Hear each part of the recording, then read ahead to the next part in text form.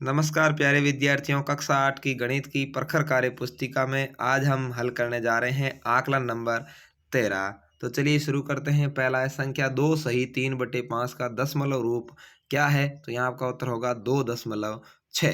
कैसे? 2 तो पूरे हैं, उसके बाद में 3/5 का करना है। 3 में 5 का भाग नहीं जाता तो 30 में 5 का भाग देंगे। ठीक है, 30 में 5 का भाग कितनी बार जाएगा? 6 बार जाएगा। तो क्या हो गया? 2.6 हो गया। ठीक है ना, इस तरह से आपका आंसर आ जाएगा।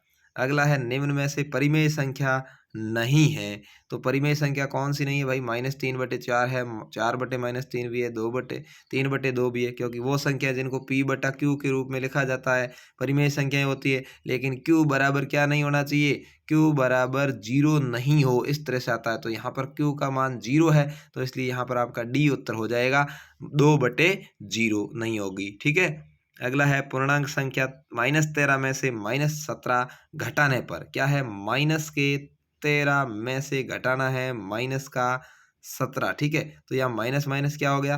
प्लस हो गया। ठीक है, तो यहाँ प्लस के 17 माइनस के 13, तो क्या बचेंगे? प्लस के 4 ज़्यादा है, प्लस के 4 बचेंगे, तो यहाँ प्लस का 4 आपका आंसर आ जाएगा। पूर्णांकों का वह योगम जिनका योग -6 है। तो योग -6 है मतलब माइनस वाली संख्या प्लस वाली से 6 बड़ी है। ठीक है, -8 और -2 को जोड़ेंगे तो 10 होगा। -13 और +7 है इसके अंदर, इसका योग -6 है। देखिए -8 और -6 को जोड़ेंगे तो ये -14 हो जाएंगे। ठीक है, -13 और -7 को जोड़ेंगे तो ये -20 हो जाएंगे।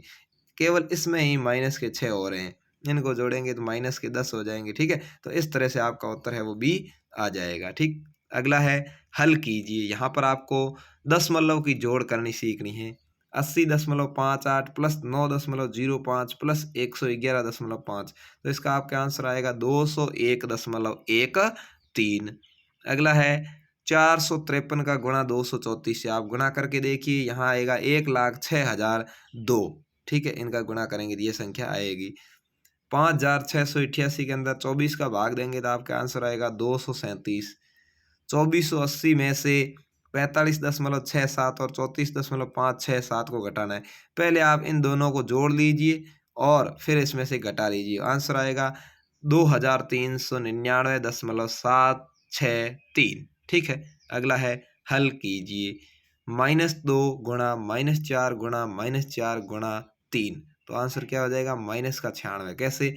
देखिए यहाँ पर 3 माइनस है, तो 2 माइनस तो माइनस माइनस प्लस हो गए, लेकिन तीसरा माइनस तो बच गया, तो उत्तर माइनस में आ गया। और फिर इसका गुणा कर लो, 4 दूने 8, 8 चौके 32 और 32 तिये 96, यानी -96।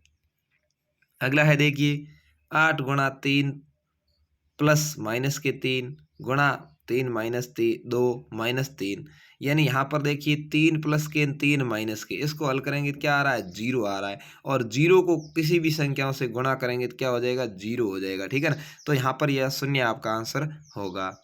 अगला है -18 भाग 6 भाग 3, तो इसको हल करेंगे। जैसे 6 का भाग 18 में दिया तो क्या आया? -3 आया। फिर 3 का भाग दिया तो क्या आ गया? -1 आंसर आ गया। ठीक है ना, तो यहाँ पर आपका उत्तर -1 हो जाएगा। अगला है एक कुआं खोदने वाला व्यक्ति 2 मीटर प्रति घंटे की दर से कुआं खोदता है, तो बताइए 30 मीटर गहरा कुआं खोदने में कितना समय लगेगा?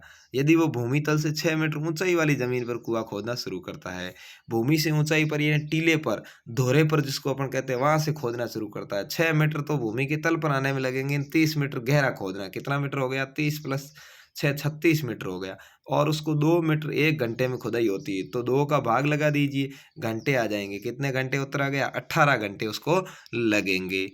अगला है निम्नलिखित संख्याओं को अंकों में लिखिए। यहाँ मैं आपको आसान तरीके से अंकों में लिखना सिखाऊंगा। 40 लाख 4 है, तो आपको देखिए 40 लाख लिखना है, तो ये लिख दिया 40। ठीक है, लाख।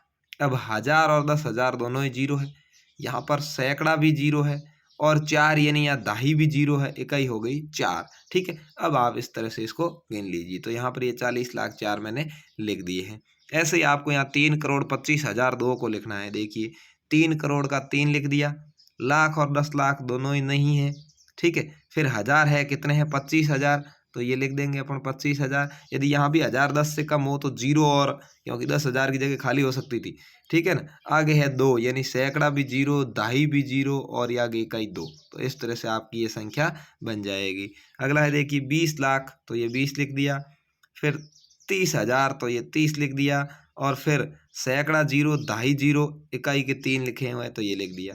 4 करोड़ 4, तो यहाँ 4 करोड़ लिख दिया। लाख और 10 लाख 0, हज़ार और 10,000 0 0, सैकड़ा 0, दहाई 0 और 4। तो इस तरह से आपको अंकों में लिखना सीखना है। तो उम्मीद है आपको ये कार्यपत्रक आकलन नंबर 13 बहुत ही अच्छे से समझ में आ गया होगा। अच्छे से समझ में आया, चैनल को ज़रूर सब्सक्राइब कर लें, वीडियो को लाइक और शेयर करें, अपने दोस्तों तक ज़रूर पहुंचाएं। धन्यवाद।